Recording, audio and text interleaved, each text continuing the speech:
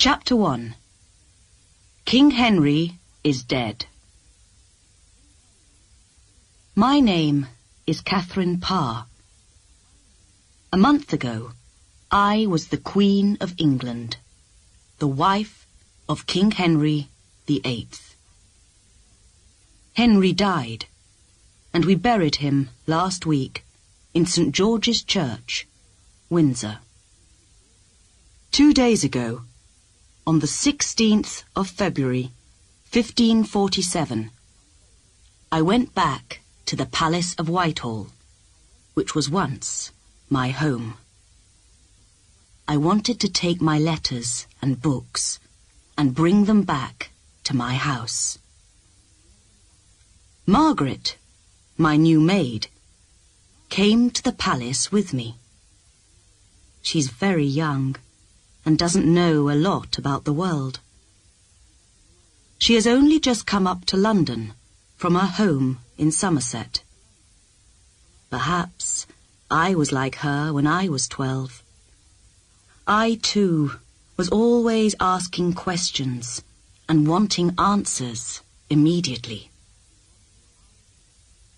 When we arrived at the palace, it was cold and dark. We walked into Henry's room. I sat down in one of Henry's large chairs in front of his wooden writing desk and looked at the pictures around the room. Next to me, there was a big picture of Henry when he was young. He was very handsome then, not like the fat old man he was later. I thought his blue eyes were watching me. I turned to Margaret and said, "You see that picture of the king? That's what he was like when he was young. Tall and strong and handsome. People say that he never got tired. He could go out riding all day, changing his horses 9 or 10 times, and then he could dance all night. He was clever, too. He could speak 5 languages. Will people remember him like that? Or will they only remember him because he had 6 wives? "Did he really have so many wives?" said Margaret. "Yes, of course. I thought that everyone knew that." Margaret looked away and said, "We didn't get much news from London at home, and my family's house is a long way from the nearest village." "It doesn't matter," I said, smiling. "One day, I'll tell you the story of my husband Henry's life." On the desk in front of me, there was a wooden box with a large gold H on the top. I opened it slowly and took out some old letters. Each letter was in different writing, and some of them were old and yellow. One letter had a picture of a large bird on it. It was from Henry's second wife, Anne Boleyn. "Margaret," I said, "I've found some letters from Henry's other wives. There's also a beautiful gold necklace and a small piece of hair." I looked at another letter. Here's one old letter from his first wife, Catherine of Aragon. She was married to him for a very long time. "She only had 1 child, didn't she?"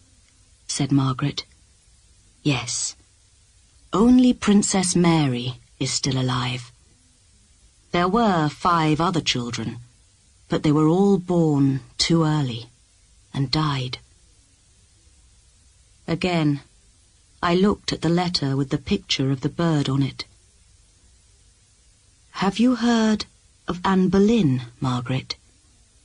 Yes. My mother talked about her. She said she was a very bad woman. Well, that's what some people say.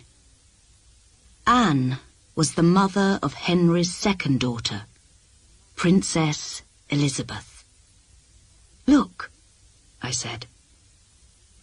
This one is from Catherine Howard, Henry's fifth wife.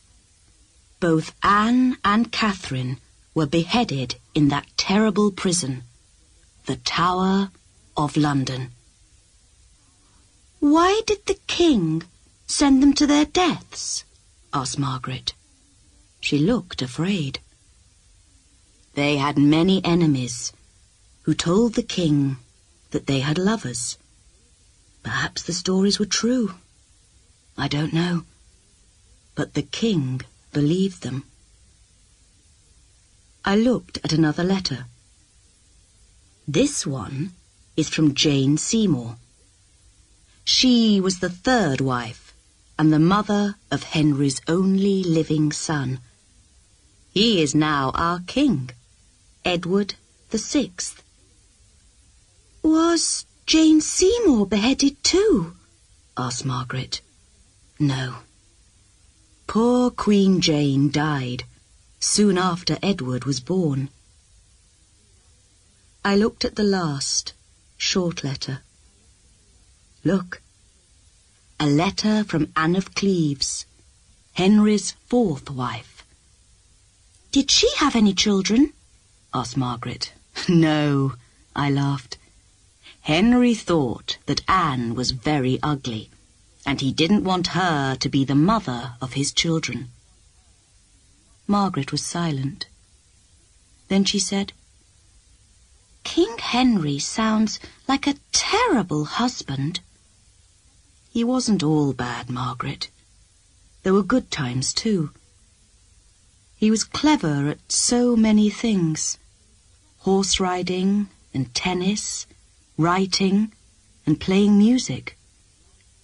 He wrote many beautiful songs, and he had a wonderful singing voice. But it's true that he wasn't very kind to his wives. Margaret looked at the box. So, why did he keep these letters from them? She asked.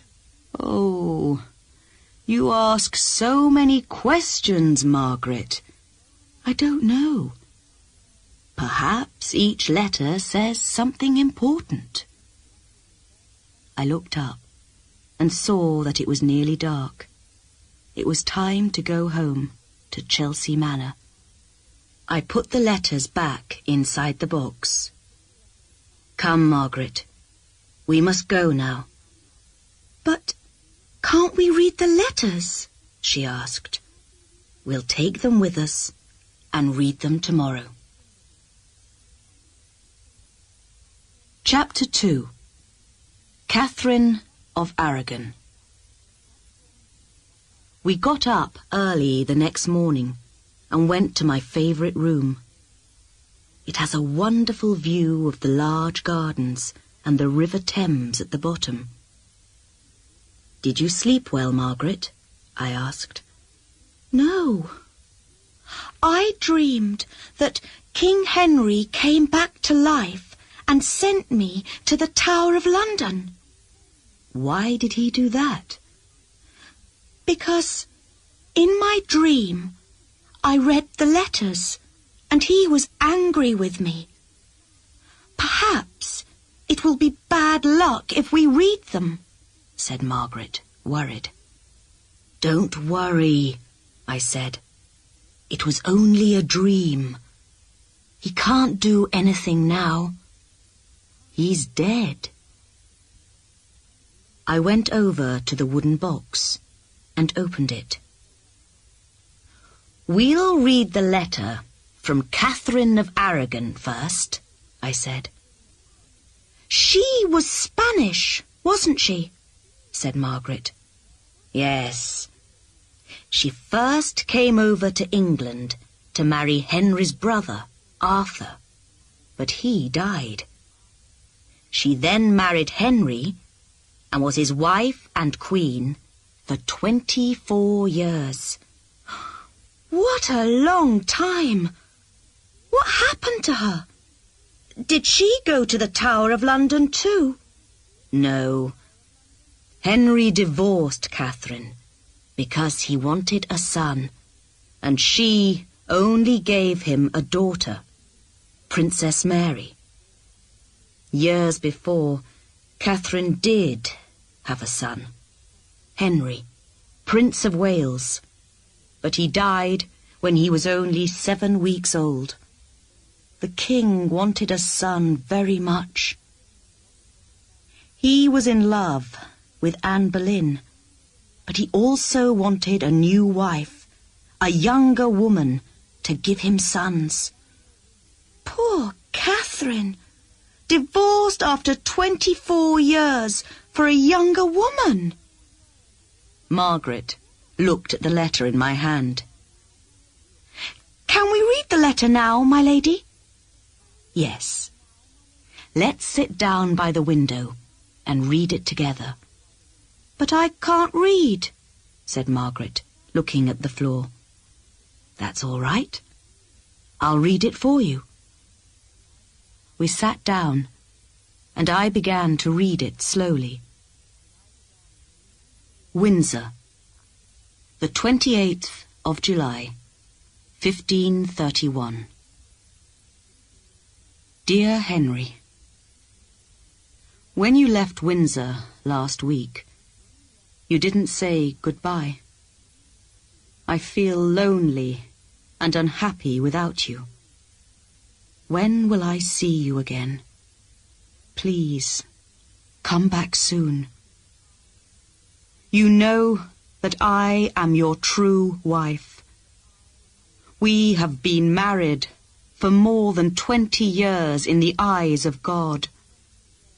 I have given you a daughter, Princess Mary. God took from us our other children. I wanted so much to give you a son, but God's plan for us was different, and we cannot change that.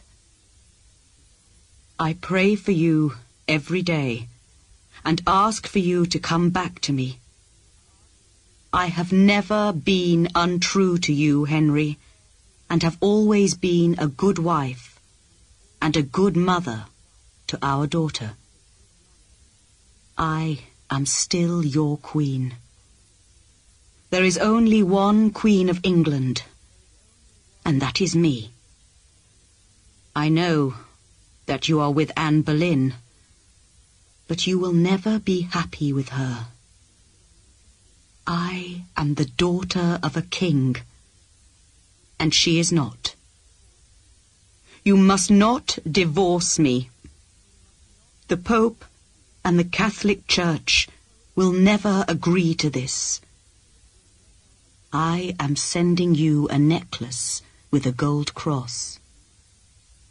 Henry, when you look at it, remember me, and remember the Catholic Church. Your Queen, Catherine of Aragon. So, what happened to Catherine? Asked Margaret. Did she ever see the king again? No, never. He divorced her. She lived a lonely life with only a few friends, and died a broken and unhappy woman about 10 years ago. What about the Catholic Church? Did the Pope agree to the divorce? No, he didn't.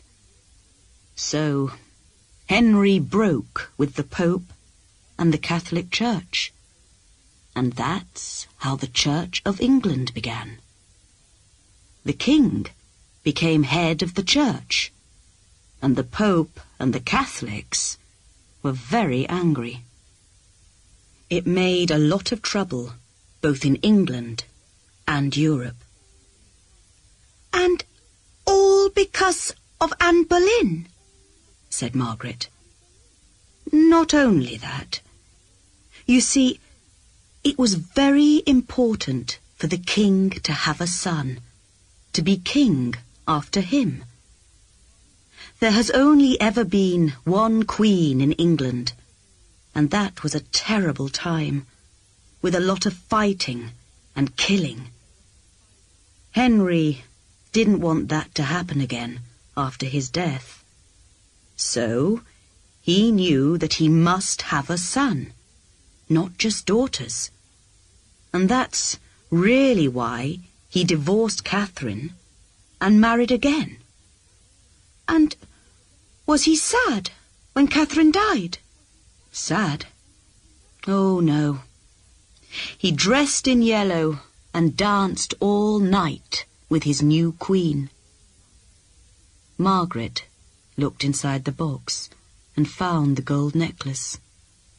She held it to her neck. Poor Catherine, she said softly. King Henry was a terrible husband to her. Chapter 3. Anne Boleyn.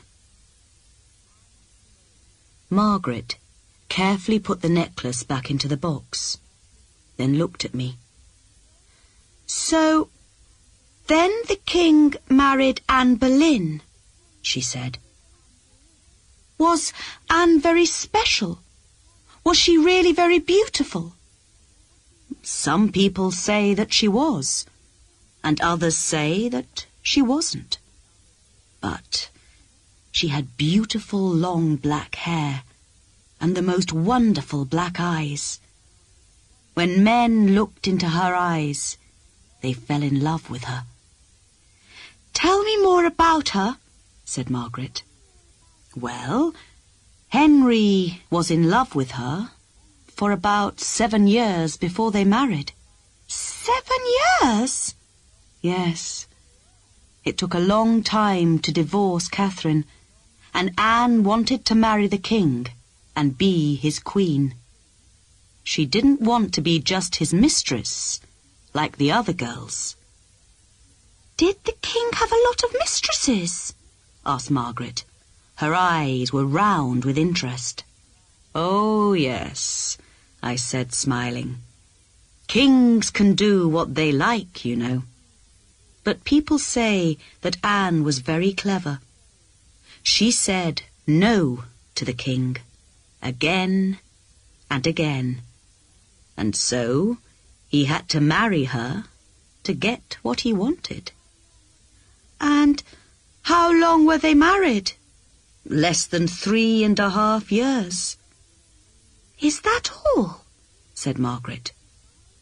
King Henry broke with the Pope to marry Anne, and they were only married for 3.5 years. Yes. Henry soon became tired of her. He wanted a son, but she only gave him a daughter, Princess Elizabeth. She nearly had another baby, but she had a miscarriage after only a few months. They could see that it was a boy. Henry was very, very angry. And 3 months later, Anne was in the Tower of London. Henry was already interested in Jane Seymour, you see. So, poor Anne went to the Tower because she didn't give the king a son. Well, there were other things. Anne was a strong and sometimes difficult woman. She talked a lot. She liked to tell Henry what to do. In the end, Henry became bored of this. Remember, he was the King of England. Did she really have lovers? Well, some people say... Just then, there was a noise outside. I looked out of the window and saw a man on a horse. He had grey hair and was wearing fine clothes. It was my Uncle William. A minute later, he came into the room. "Hello," I said, kissing him. "I'm so pleased to see you." "Dear Catherine," he said, "it's wonderful to see you too. And who is this?" he said, turning to Margaret.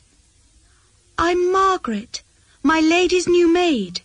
"I'm very pleased to meet you," he said, smiling. "So," he went on, "what's the news?"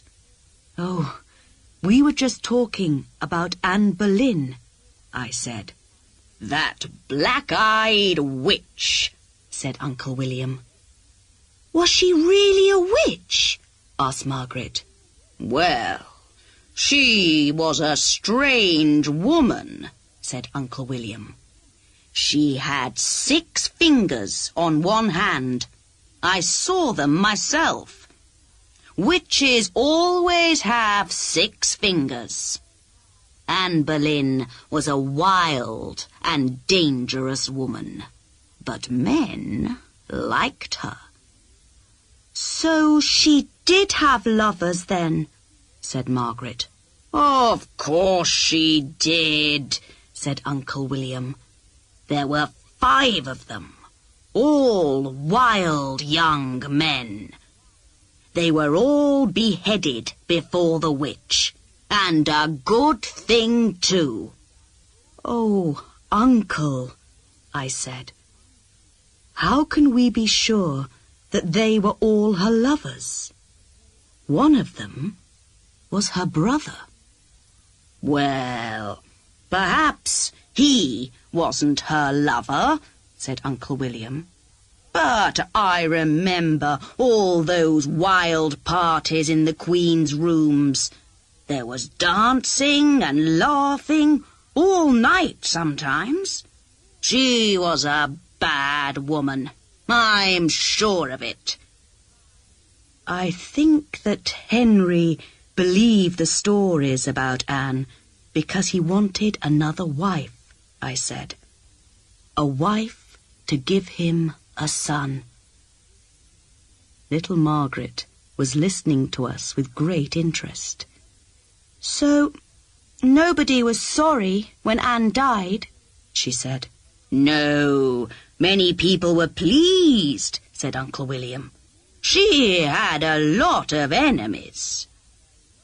Then he looked at both of us. "But why are you talking about Anne Boleyn? That's very old news." "I found this old box of Henry's at Whitehall Palace," I said. "Inside there were letters from each of Henry's wives, and Margaret wanted to know all about them." "Where's the one from Anne Boleyn?" said Uncle William. He opened the box on the table. "I want to read what she wrote to her dear husband. Here it is. The 18th of May, 1536. That's the day before she was beheaded." He began to read the letter aloud. "The Tower of London, the 18th of May, 1536. Dear Henry, this is my last letter to you. Tomorrow I am going to die. When you open this letter and read it, I will be dead and buried. During the last few weeks, my life has been very hard. I have been very afraid and very lonely. I have walked around my room thinking of you. I wanted you to take me away from this terrible prison. But now I know that I am going to die, I feel calm. They tell me that you have spoken angry words about me. You say I have had 100 lovers, not just the 5 poor men who have died because of me. But I did not have lovers, Henry. Not one. And you know it. I was a true wife to you, but you listened to my enemies, and that is why I am here. I ask one last thing. Please be kind to our daughter, Elizabeth. Do not be angry with her because of me. She is so very young, not yet 3 years old. I am sending a gold necklace to give to her. It will help her to remember me. I have only a little neck, so it will not be difficult for the French sword to cut through it tomorrow. Tonight, I will pray for God to forgive you. Your wife, Anne Boleyn. And was Anne beheaded the next day? Asked Margaret. Yes, I said, with a sword. That's how they do it in France. How terrible, said Margaret, holding her neck. Well, I know that Henry did the right thing, said Uncle William. Anne Boleyn was no good. She wasn't a real queen, not like Catherine of Aragon. He stood up. I must go, he said. This is all very interesting, but I came here to talk to your brother. I'll go and find him. Goodbye for now, ladies. He smiled and left the room. Where's the necklace? Asked Margaret. I can't find it, I said, looking in the box. Perhaps Henry gave it to Princess Elizabeth. Perhaps she looks at it sometimes and thinks of her mother.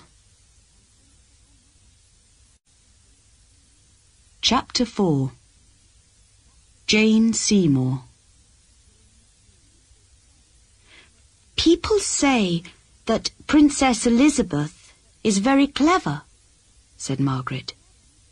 Is that true, my lady? Yes, it is.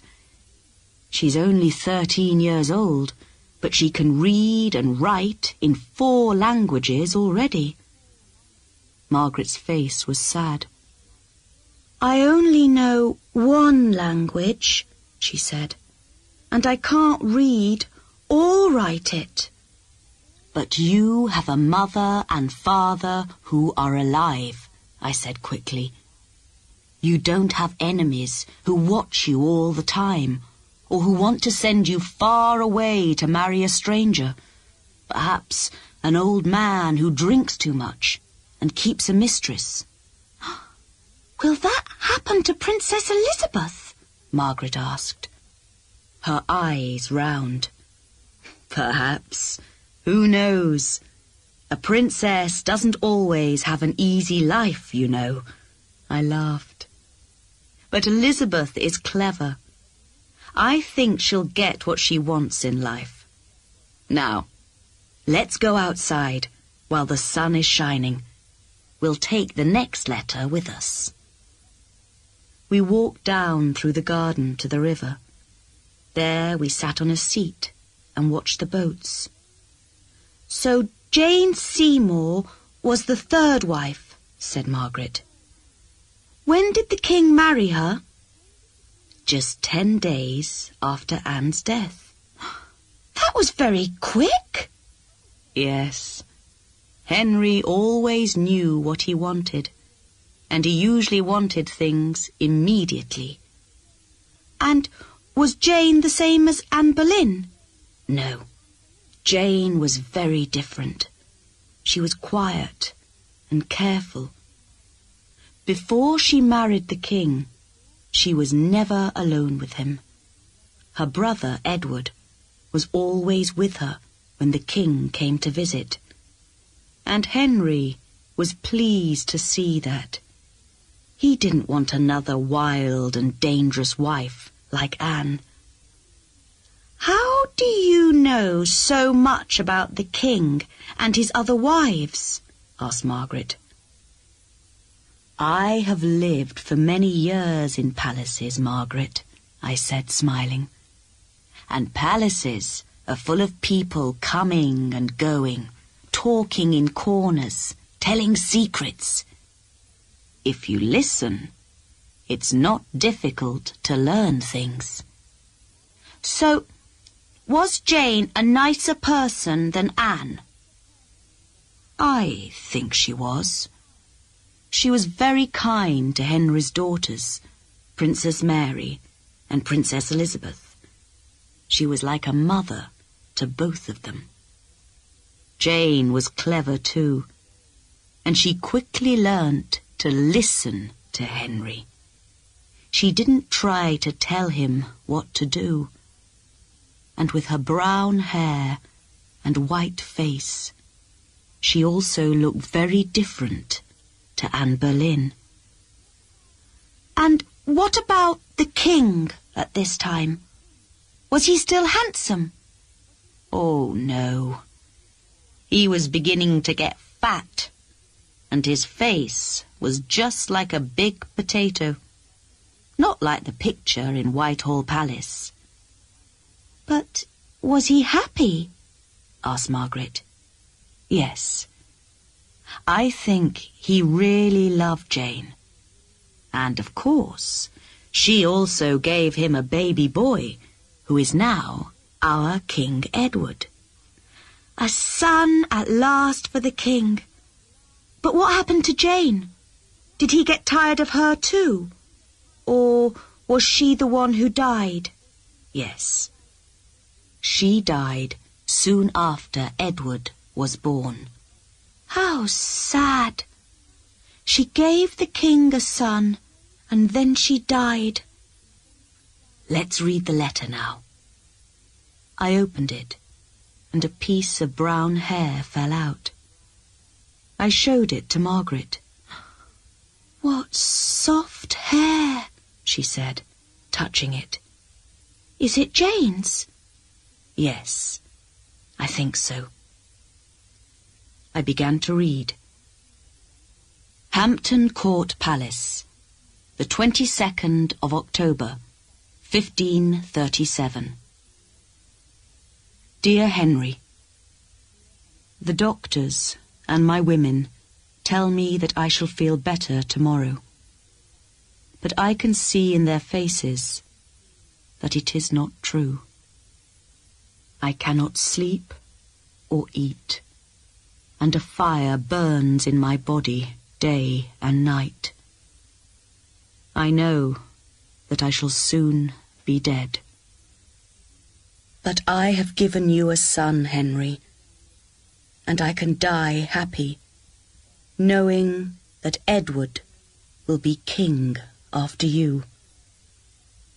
I will never see the day when he becomes king, but I pray that God will give him a long and happy life.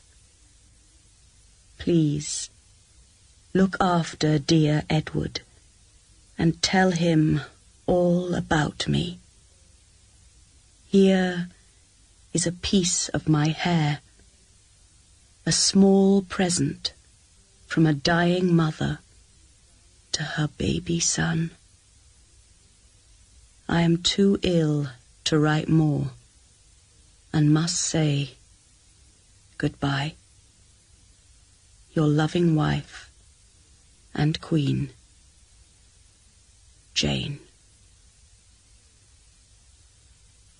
I put the letter away and looked at Margaret. She had a very difficult time when the baby was born, you see. It took 3 days and 2 nights before the baby arrived. Poor Jane was very tired and ill. She died 12 days later, very soon after this letter. "How terrible," said Margaret. She touched the piece of Jane's hair again. "And was the king sad?" Oh, yes. He was very unhappy. He shut himself away in the palace for weeks. All England was sad, and every church in the country said prayers for poor Queen Jane. She was buried at Windsor, and Henry is now buried next to her. Just then, Uncle William came up behind us. "Ah, Uncle," I said. "Let's go in and have some lunch." End of Side 1.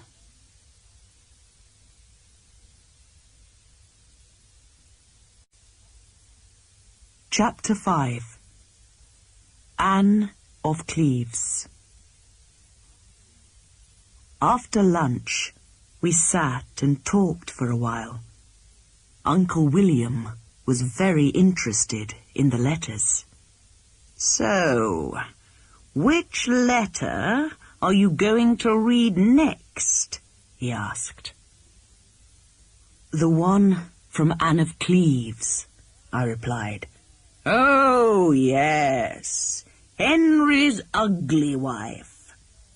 When I first saw her, I thought she looked just like a horse, and the king thought that too." "A horse?" said Margaret. "So how did she become the king's wife?" "It's a long story. Do you want to hear it?" "Yes, please," said Margaret, smiling. "Well, after poor Queen Jane died, Henry was very sad and lonely. He wanted a new wife, and he wanted a second son. Children can die at any time, and Edward wasn't strong. So everybody looked for a beautiful young woman to be the new queen. Then someone told Henry about Anne of Cleves, a German princess. They said that she was beautiful, young, and clever. And at that time the king wanted to please the Germans because he was angry with the French. That all changed later, of course. Henry couldn't go and see Anne for himself, so he sent his artist, Holbein, to paint a picture of her. Holbein painted a fine picture of Anne and sent it back to Henry. Henry immediately fell in love with the beautiful woman in the picture and decided to marry her. So Anne sailed to England, and on her way to London, she stopped for the night at a small town called Rochester. Henry couldn't wait for Anne to arrive in London, so he travelled secretly to Rochester to meet her. She knew nothing about this. When Henry arrived at her house, he wasn't wearing his fine clothes, and he didn't look like a king. He knocked on the door and went into her room. Oh dear, poor Henry was very surprised.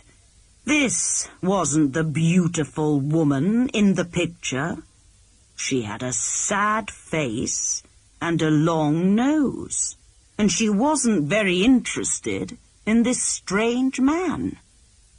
He didn't tell her his name, and she didn't understand that this was her new husband.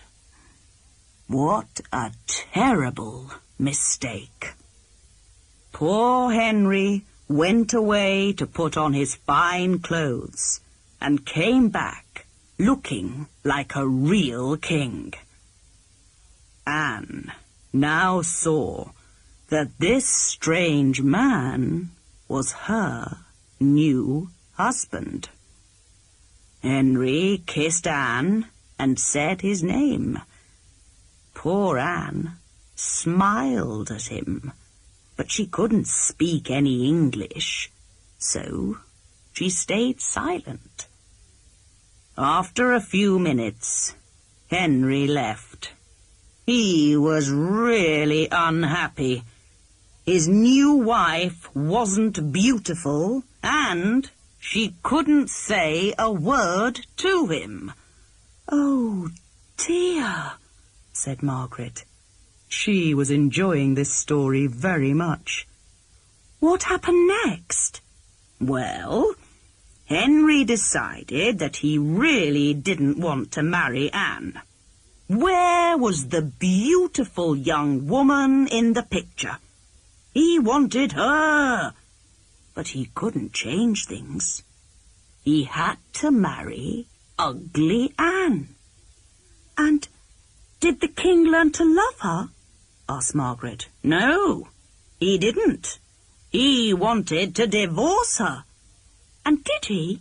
Yes, after 6 months. "How did he do that?" Well, he learned that in her country, Anne was engaged at one time to marry another man. "And so he divorced her?" Yes. Poor Anne was only queen for 6 months.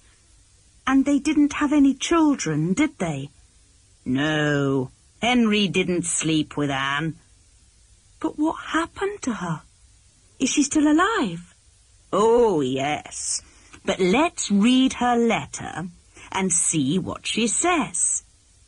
"Perhaps it's a love letter," said Margaret. If it is, I'm sure that she never got a reply, said Uncle William, laughing. He opened the letter and began to read. The Palace of Richmond, the 20th of July, 1540. Dear Henry, you are a very good brother to me. Thank you for giving me £500 a year and the Palace of Richmond. I spend hours walking round the gardens here.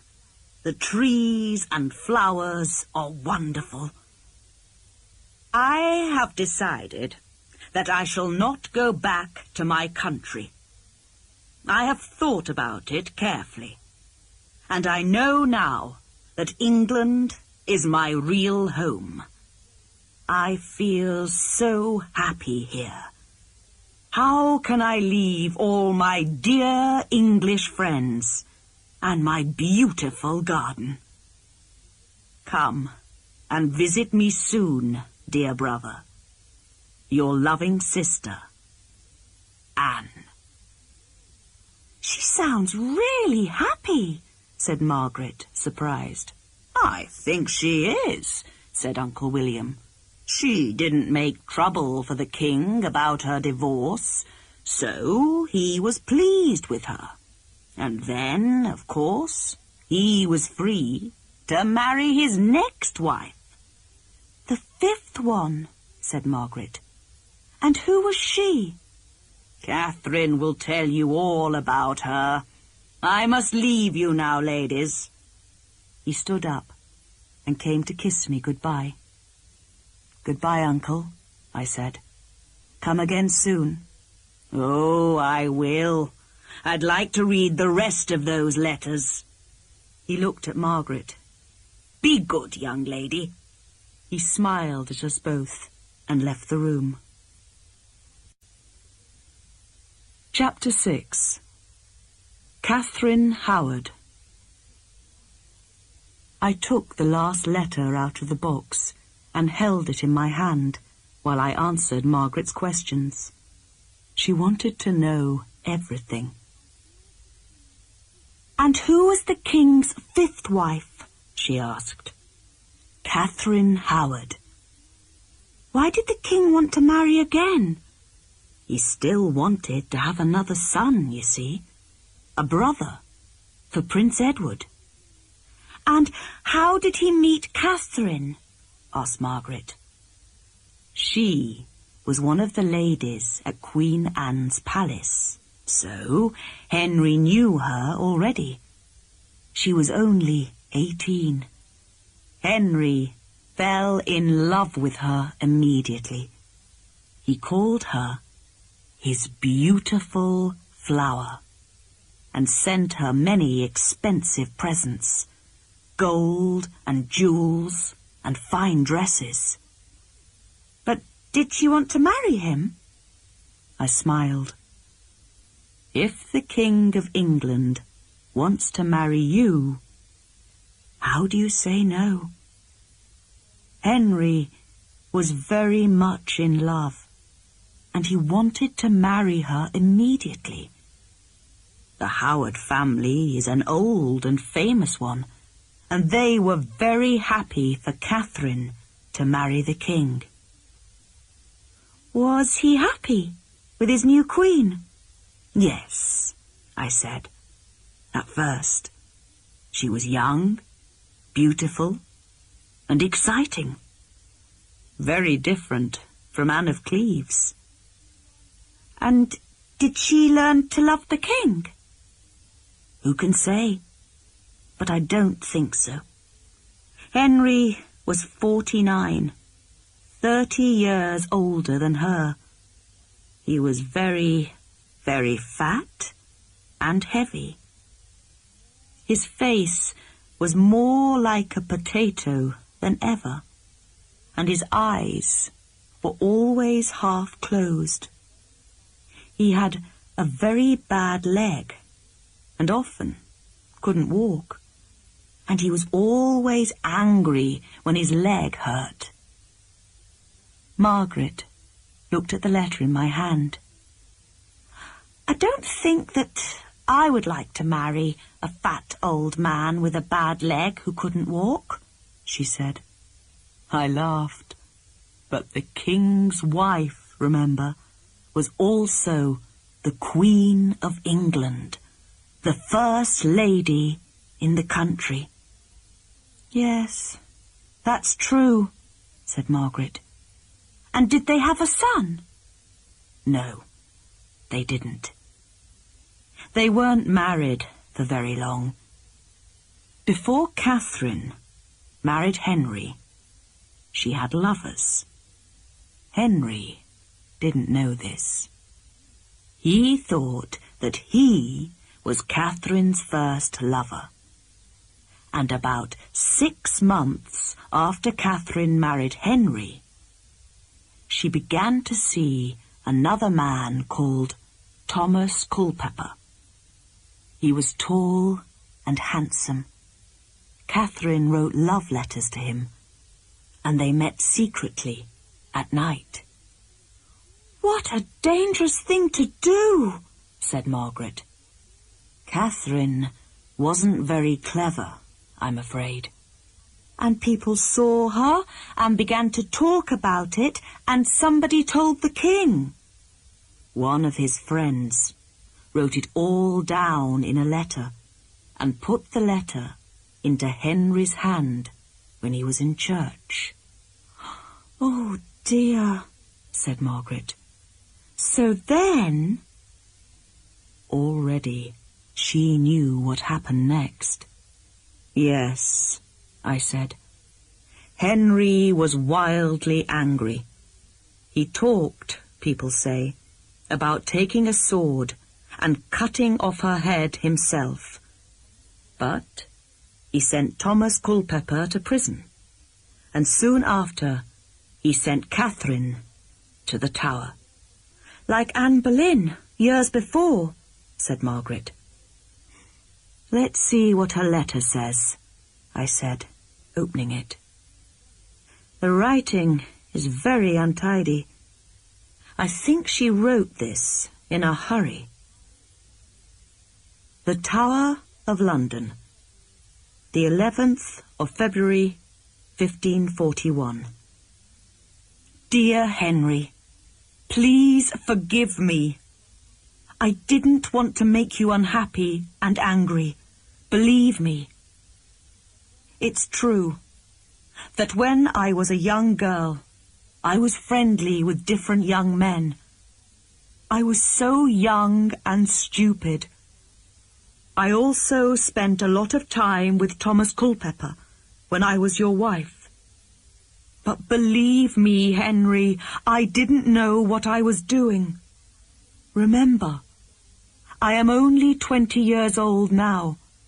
You are so much older than me, and you understand much more about the world. Please, Henry, please, please help me. Don't send me to my death. I am so afraid here in the Tower. I pray day and night that you will come and take me away. How can you kill your beautiful flower? They tell me that in 2 days' time they will cut off my head. Henry, I don't want to die. Please let me live a little longer. Please. Just a few weeks. A few days. Please, Henry. Please. Your unhappy wife, Catherine Howard. When I finished reading the letter, Margaret was silent. Perhaps she could hear Catherine Howard's cries and see her white face. I put the letter away, and Margaret looked at me. "There aren't any more letters, are there?" she said. "No," I said. That was the last letter. Chapter 7. Catherine Parr. We sat silently for a while. Outside, it was beginning to get dark. Margaret looked at the floor, then at her hands, then at the floor again. I waited. I knew what she was thinking. Then suddenly she looked at me, and the questions came all at once. "How could you do it, my lady? How could you marry that terrible man? Weren't you afraid? Why didn't you hide or run away?" I smiled at her. "Listen to the full story, and then perhaps you'll understand. I was very different to Henry's other wives. I was 31 years old, and Henry was my 3rd husband. My first 2 husbands were old men too. They both died, and I didn't have any children with them. But Henry didn't really want a wife, Margaret. He wanted a friend, and a nurse, and a mother for his 3 children. "Oh, I see," said Margaret slowly. "He wanted someone to look after him. So, how did it all happen then?" "It began at a party at Hampton Court Palace. I remember it very well. While I was dancing with my friend, Thomas Seymour, I turned round and saw Henry. His blue eyes were watching me. He was too ill to dance, But later that evening, he asked to talk with me. I was a little afraid. I knew so many different stories about him. He was one of the most famous kings in Europe. And he was also famous for killing people who made him angry. Anne Boleyn, Catherine Howard, and many, many others. And, of course, he was also very fat and ugly. After that evening, he began to send me presents, and he asked me to visit him at Hampton Court Palace. At this time, I was friendly with Thomas Seymour. He was a fine young man, and I was in love with him. We talked about getting married. Then I got a letter from King Henry. He wanted to marry me.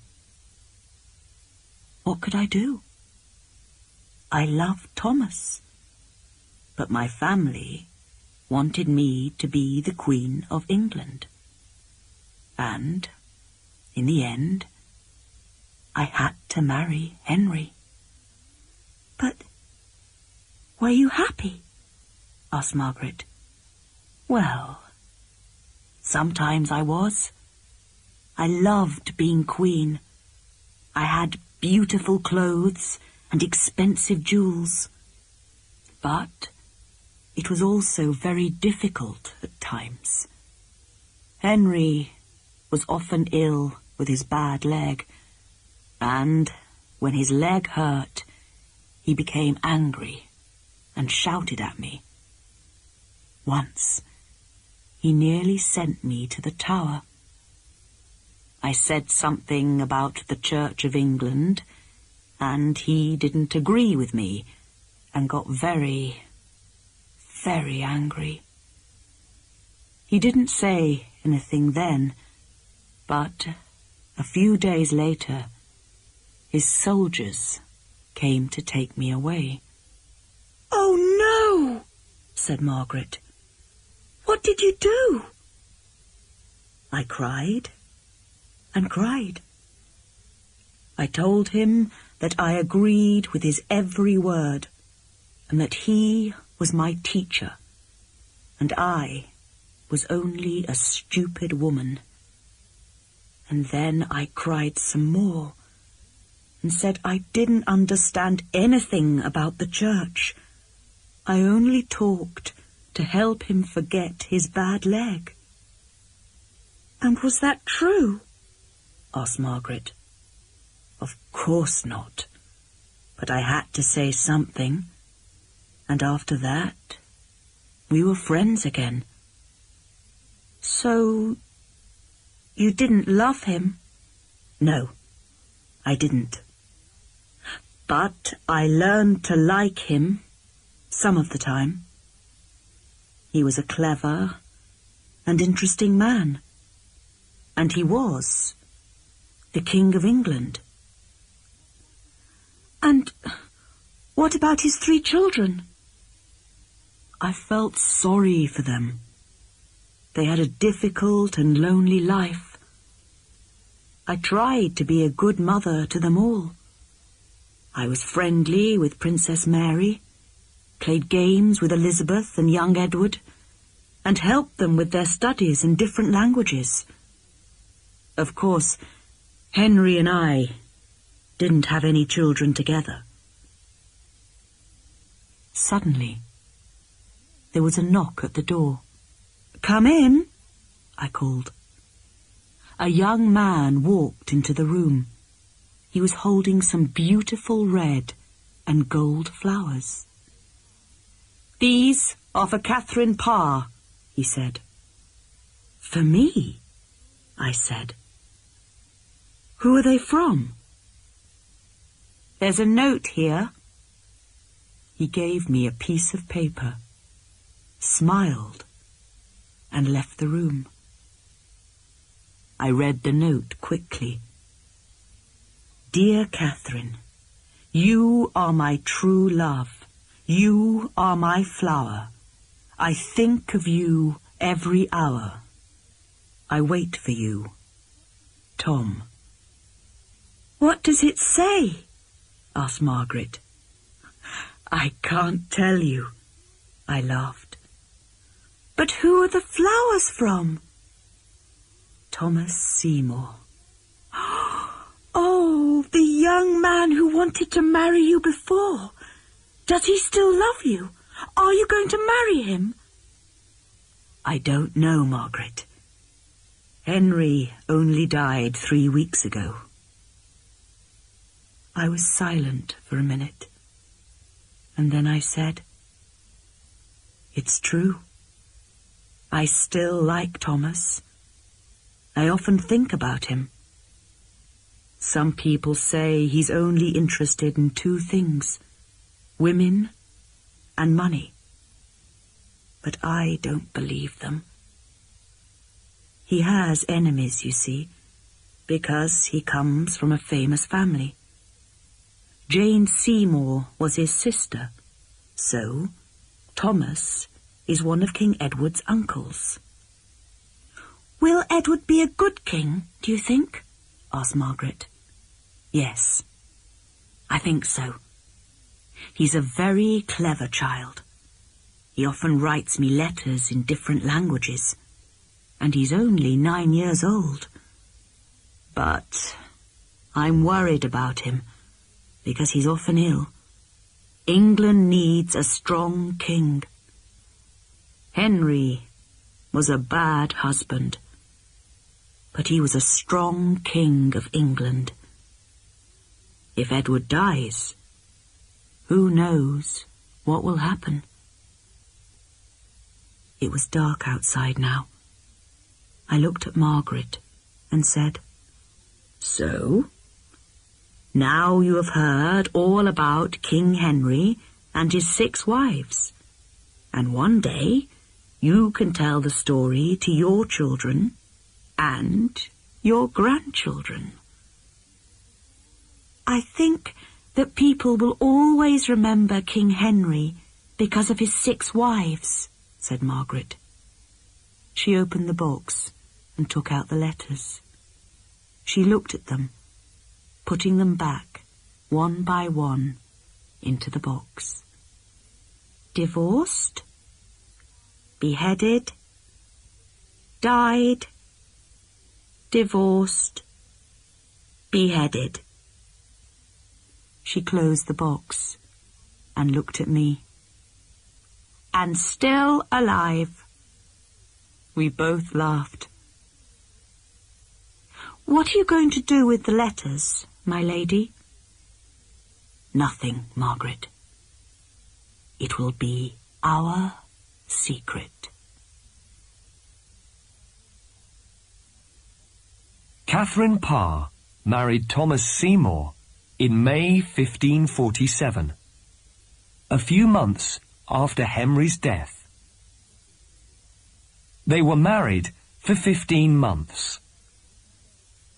Catherine had a baby girl called Mary, but 6 days after the baby was born, Catherine died.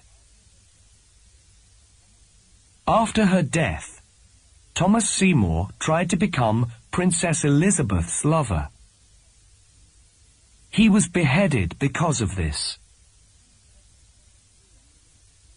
King Edward was often ill, and he died just before his 16th birthday.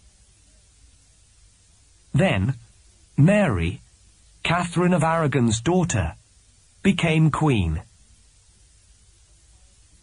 She was queen for 5 years.